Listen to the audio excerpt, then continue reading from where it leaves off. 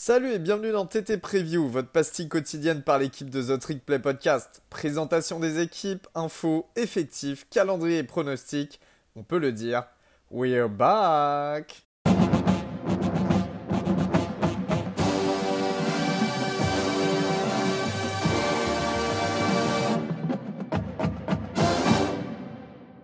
Bonjour à toutes, bonjour à tous, bienvenue dans votre nouvel épisode de The Trick Play Preview. Aujourd'hui, on va dans le Midwest, on va dans le fin fond de l'Amérique rurale pour parler de Farmageddon. Alors Farmageddon c'est quoi? C'est la rivalité entre Iowa State et Kansas State. Et donc aujourd'hui, on va parler des deux programmes avec des trajectoires un petit peu différentes au vu de la saison dernière et des objectifs de la saison qui arrive.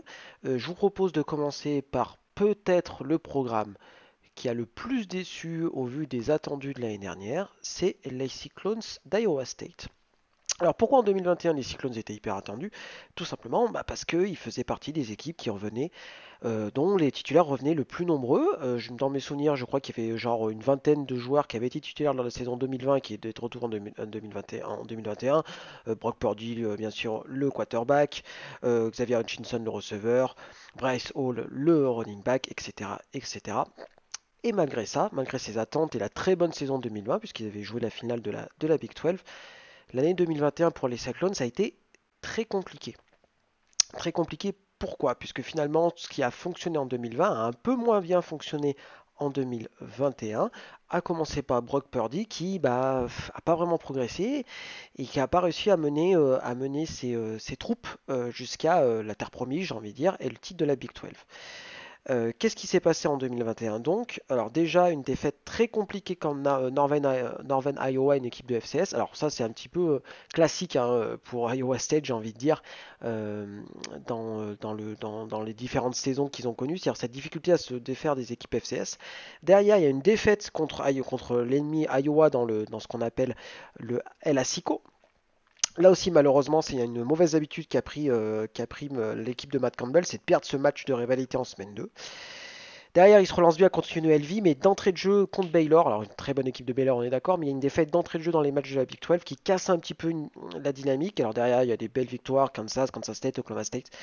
Mais voilà, c'est un petit peu complexe. Un bilan de 7-5 pardon, à la sortie, donc avec des défaites contre Iowa, Baylor, West Virginia, Texas Tech et Oklahoma. Donc clairement, pour une équipe qui visait, on n'a pas peur de le dire, le College Football Playoff, en tout cas moi je les avais mis dans les équipes un petit peu qui pouvaient créer la surprise, ça a été une déception. Ça a été une déception à plus d'un titre, et notamment Brock Purdy, qui malheureusement a été moins bon et sans donner l'impression de progresser au fil du temps. Un petit peu le syndrome du load quarterback dont on va parler un petit peu plus tard pour les Wildcats de Kansas State. Alors, qu'est-ce qui s'est passé à l'intersaison? Donc, énormément de pertes au niveau, alors énormément peut-être pas, mais des pertes en tout cas au niveau de l'effectif. Donc, j'ai parlé de Brock Purdy, j'ai parlé de Bryce Hall, j'ai parlé bien évidemment du tight end, pardon, Charlie Collar, qui a été drafté par les Ravens. Donc voilà, les trois principales armes offensives ne sont plus là du côté des Cyclones. Heureusement, Xavier Hutchinson, le receveur numéro 1, est lui de retour. Comme du côté de la défense, Will McDonald, le edge rusher, qui est tout simplement le mec qui a le plus de sacs dans l'histoire du programme. Donc là, au niveau intersaison, pas de gros changements. Tom Manning, le coordinateur offensif, est toujours là. John Hancock, le coordinateur défensif, est encore là. Matt Campbell, le head coach, est encore là. Matt Campbell qui faisait partie, si vous vous souvenez bien, des noms un petit peu clinquants à l'orée de la saison 2021. On pensait qu'il allait prendre potentiellement un très gros programme. Il ne l'a pas fait. On lui aurait promis les Jets, enfin en tout cas proposé pardon, les Jets, il avait refusé. Alors est-ce qu'il a attendu Notre-Dame? Est-ce qu'il a attendu, je ne sais pas, Ohio State, pardon, peut-être aussi. Enfin, toujours est-il qu'il est là, que son nom, il est peut-être un petit peu moins clinquant qu'il l'était l'année dernière à la même époque. Et il revient finalement dans un cas de figure, je pense, qui convient bien aux Cyclones. Pourquoi il convient bien aux Cyclones? Parce que pour moi, c'est là où ils sont les plus forts, les Iowa State. C'est quand on les attend pas, quand ils redeviennent une équipe peu attendue, under the radar, comme on pourrait dire. Et pour moi, c'est là où ils sont les plus forts. Et il y a quand même des motifs de satisfaction. Alors pourquoi il y a des motifs de satisfaction? Déjà, il y a une ligne qui est relativement, on va dire, expérimentés, surtout l'intérieur de la ligne. Les deux guards et le centre sont de retour, c'est des seniors et des juniors, donc avec pas mal d'expérience. On a un quarterback qui a déjà un petit peu joué, donc Hunter Deckers. Ça, il a montré des bonnes choses et des mauvaises choses, parce il a carrément remplacé par moment Brock Purdy l'année dernière, notamment lors du bowl game. Le bowl game contre Clemson, perdu contre Clemson. Voilà. Maintenant, à lui de montrer, une fois qu'il a son statut de titulaire bien établi, voir ce qu'il peut donner. Alors, pourquoi aussi, il y a des choses qui pourraient être intéressantes au niveau des receveurs. Xavier Hutchinson, bah, c'est un super joueur, voilà, il est très grand, il a un profil presque de tight end de par de ses qualités athlétiques, et ça sera forcément le go-to guy en attaque. Voilà. Côté running back, ça sera Jirel Brock qui va prendre la suite de Bryce Hall.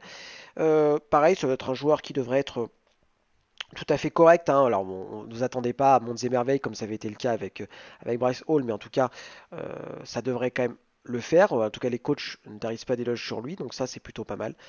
Côté de la défense, voilà, toujours avec ce 3-3 un petit peu particulier, ce 3-3-5, ce schéma défensif assez particulier du côté de Ames. Donc j'ai parlé de Wig McDonald, pardon, l'un des tout meilleurs joueurs défensifs du pays. Hein. De toute façon, on va pas dire le contraire. Il était absolument incroyable. Il est l'encre, le fer de lance de cette défense, et ça sera que par lui que je pense que la défense va mourir et gagner des matchs. Ça sera grâce à lui. Du côté des linebackers, il y a Orion Vance, le super senior qui est de retour, lui aussi. Alors lui aussi il va faire du bien, mais il faudra qu'il ne soit pas blessé parce que malheureusement la saison dernière il était un petit peu blessé. Donc pareil, c'est un groupe qui manque un peu d'expérience. En tout cas, les titulaires sont partis, mais lui va apporter tout son savoir-faire de la Big 12. Du côté de la secondary aussi, il y a eu pas mal de départs et quelques changements de poste, notamment Anthony Johnson qui était cornerback jusqu'à présent, qui va jouer maintenant safety. On parle pas mal de Blake Thompson, un transfert de Juco au niveau du poste de safety qui pourrait apporter pas mal. Voilà, c'est un petit peu le côté un petit peu aléatoire de cette défense. Ça sera plutôt, je pense, au niveau de la secondary parce que pas mal de joueurs et pas mal de freshmen ou de sophomores qui devraient jouer avec des joueurs donc avec peu d'expérience. Mais de toute façon, après, on sait que Iowa State, c'est quand même une grosse défense avec un schéma qui fonctionne bien. Donc, c'est pas forcément, je ne suis pas forcément très inquiet pour eux. C'est une défense qui laisse passer peu de points, à peine plus de 20 points encaissés l'année dernière, dans un schéma qui fonctionne bien, donc je me fais pas trop de soucis. Voilà, la question, je pense, ça sera plutôt l'attaque qu'on va se poser quand même. Est-ce que l'attaque va pouvoir amener cette équipe plus loin que l'année dernière? Avec des éléments qui ont l'air moins forts que l'année dernière. C'est tout ça le paradoxe. C'est que sur le papier, ça a l'air moins bien, mais il va falloir que ça soit mieux pour que la saison soit réussie. Parce que mine de rien, moi je me fais un petit peu de soucis pour eux, parce que la Big 12, elle va être dense cette année. Elle va être dense en gros, elle va être dense sur ce milieu de tableau dans lequel va jouer Iowa State. Et comme d'habitude, il y a un calendrier hors de conférence qui est pas simple. Il y a toujours le Cy-Hawk, le match de rivalité contre Iowa. Donc là, cette année, donc en semaine 2, comme d'habitude, cette fois, ce sera du côté de Iowa City. Il y a deux matchs contre Southeastern Missouri State. Donc ça devrait le faire, c'est une FCS. La réception d'Ohio, pareil, ça devrait le faire, même si Ohio devrait être à peu près correct la saison prochaine. Et puis boum, d'entrée de jeu, la réception de Baylor le 24 septembre en semaine 4. Donc là, ça va être quand même un gros match, hein, une grosse opposition d'entrée de jeu. Et je pense on va en savoir beaucoup sur cette équipe à ce moment-là parce que Baylor est une des favorites de la Big 12, que Baylor a énormément en tout cas, a énormément de certitude et Iowa State en a peu. Voilà. Je mets un peu de côté le match contre Iowa parce que c'est un match de rivalité. On sait que les matchs de rivalité c'est toujours un petit peu particulier. Mais voilà. Donc mine de rien, Baylor, Kansas, enfin un déplacement à Kansas State, à Texas, Oklahoma. Le début de calendrier Big 12, il est hyper ardu pour les Cyclones. Et ça serait pas étonnant de voir les voir basculer presque en négatif à ce moment-là. Donc la fin est un poil plus simple. West Virginia, un déplacement à Oklahoma State, Texas Tech et un déplacement à TCU. Voilà. On peut quand même se poser des questions sur est-ce que cette équipe peut viser quel bilan cette équipe peut viser. Moi, je pense qu'un bilan de 7-5 comme l'année dernière est tout à fait atteignable avec 2 victoires sur les matchs en dehors de conférence et 5 victoires dans les matchs de la Big 12. Mais voilà, c'est pas impossible de voir un bilan de 6-6, voire un petit peu moins si bah, la dynamique a un peu du mal à se mettre en place. Voilà. Je reste persuadé qu'ils vont vivre et mourir avec Will McDonald en défense et aussi par Hunter Dekkers en attaque parce que mine de rien, c'est un quarterback qui est relativement expérimenté. Et que, bah, mine de rien, à part Xavier Hutchinson, il n'y a pas vraiment de joueurs sûr entre guillemets en attaque. Alors Jared Ross, le tight end, a un peu d'expérience aussi, on est d'accord. Mais voilà, je reste un petit peu inquiet sur cette attaque. Il va falloir que ça step up, comme on dit, mais d'un autre côté, je me fais jamais trop de soucis pour Iowa State parce qu'ils ont cette capacité à bien développer les joueurs au fil du temps et d'être toujours compétitifs. On peut reprocher plein de choses à Matt Campbell, mais on peut pas reprocher de ne pas savoir développer des gars en de super joueurs de college football, et je pense que ça sera encore une fois le cas cette année. Donc je vais partir sur un bilan de 7-5 pour Iowa State, un bilan solide dans une année un petit peu de reconstruction, malgré ce qu'on en dise. Je vous propose maintenant de passer dans l'état qui est plus plat qu'un pancake, et des études scientifiques ont montré que c'était effectivement le cas. Bienvenue dans le Kansas. Alors on va pas aller du côté de Lawrence, on va aller du côté plutôt de Manhattan, la Little Apple comme on l'appelle.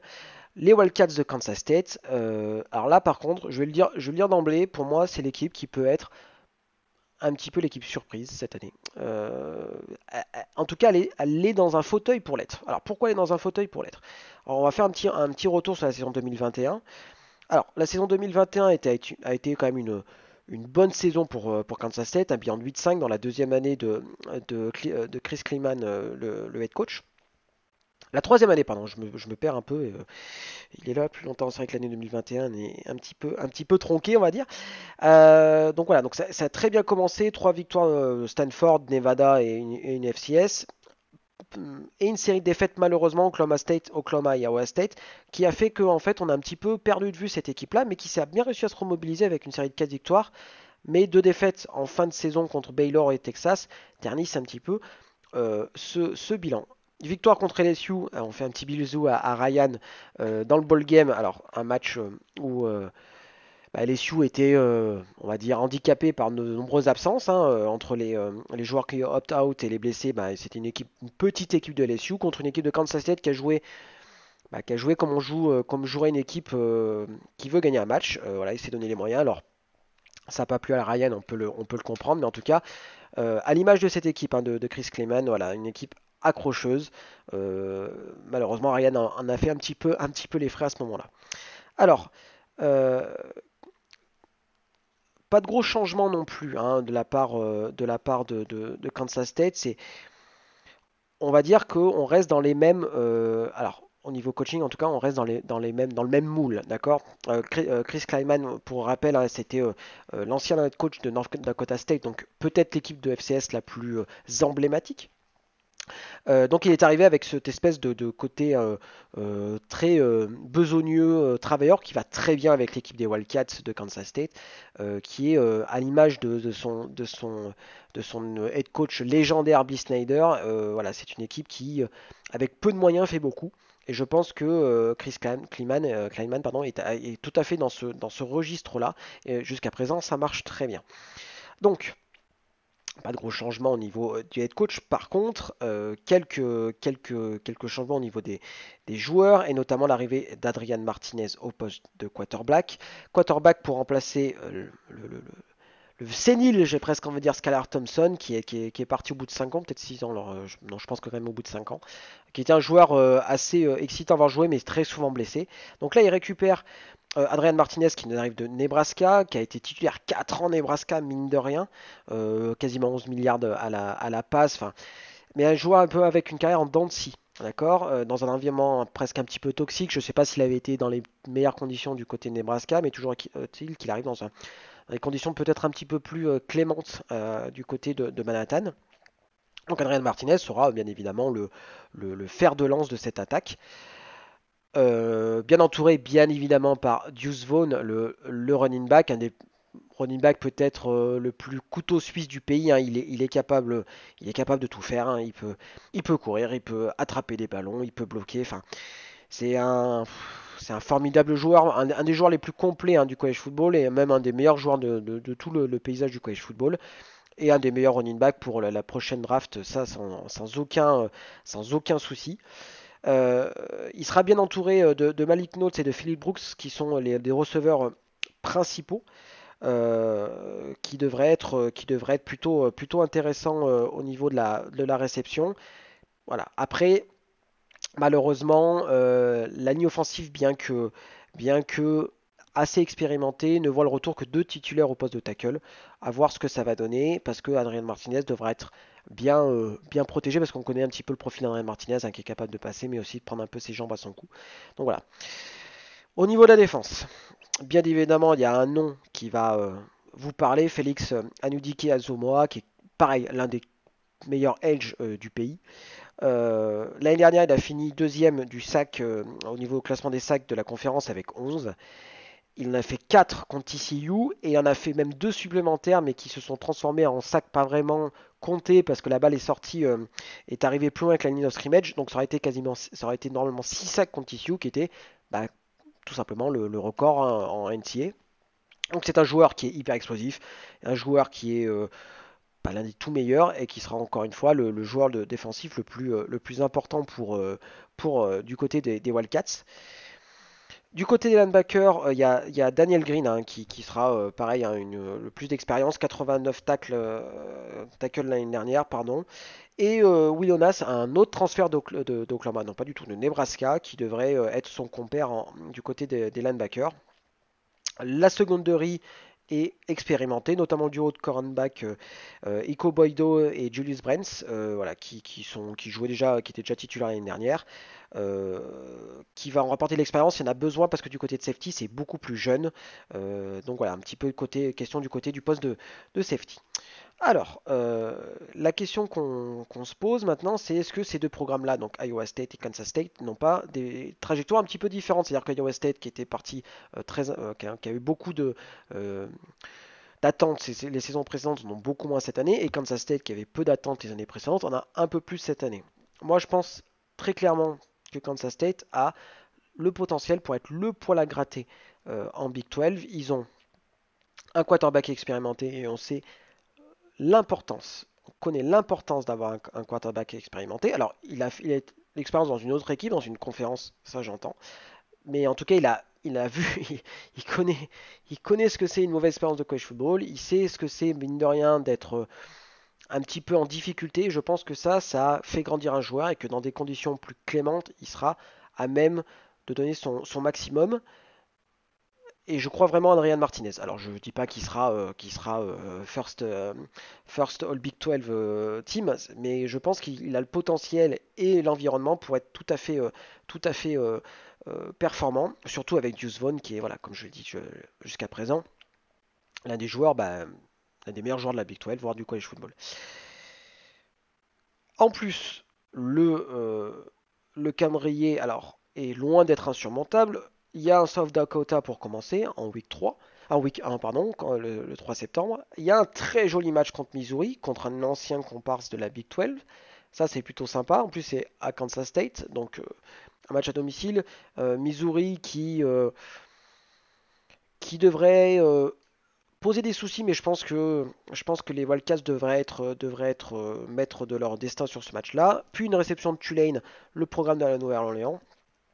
Et l'entrée de jeu pour commencer les matchs de la Big 12, un déplacement à Oklahoma. Moi, je crois vachement à Kansas State. Ils ont Oklahoma State à domicile, ils ont Texas à domicile. Voilà, deux autres on va dire, favoris de la Big 12. Moi, j'y crois. Je pense qu'ils ont tout à fait les moyens d'accrocher à minima une finale à la Big 12. Et si ça se goupille bien, si Adrian Martinez trouve son rythme, je pense qu'ils peuvent même jouer, ils peuvent jouer le titre. parce que c'est une équipe qui fait pas de bruit, parce que c'est une équipe qui est bien coachée, et ça il faut le dire, hein. Chris Kleiman, c'est mine de rien 2 victoires contre Oklahoma lors de ces deux premières saisons. Alors l'année dernière il a perdu, mais ça reste quand même un sacré exploit, hein, parce que battre Oklahoma c'est une chose, battre Oklahoma 2 années de suite, ça vous montre quand même que c'est pas un hasard, qu'il y a des joueurs d'expérience un peu partout, que c'est une équipe qui est très bien coachée aussi en special team, qui était une des forces de Kansas State sous Bill Snyder. Donc moi j'y crois. Je vais dire un bilan, comme ça, vu que je revois le calendrier, je vais dire un bilan de 9-3. De 9-3, ouais, avec une défaite contre Oklahoma, une défaite contre soit Oklahoma State, soit Texas, et une autre, allez, contre Baylor. Mais un bilan quand même hyper intéressant, peut-être un petit peu court pour la finale de la Big 12, mais en tout cas une belle saison et des belles promesses pour le futur. Alors, le futur, on verra de qui il y aura en 2023. Mais en tout cas, c'est un programme auquel j'y crois vraiment. Voilà, voilà pour le tour de Farmageddon. J'espère que vous avez appris plein de choses sur les deux facs du Midwest. N'hésitez pas à nous poser des questions ou quoi que ce soit. Et puis nous, je vous dis à plus tard pour une autre preview. Salut tout le monde.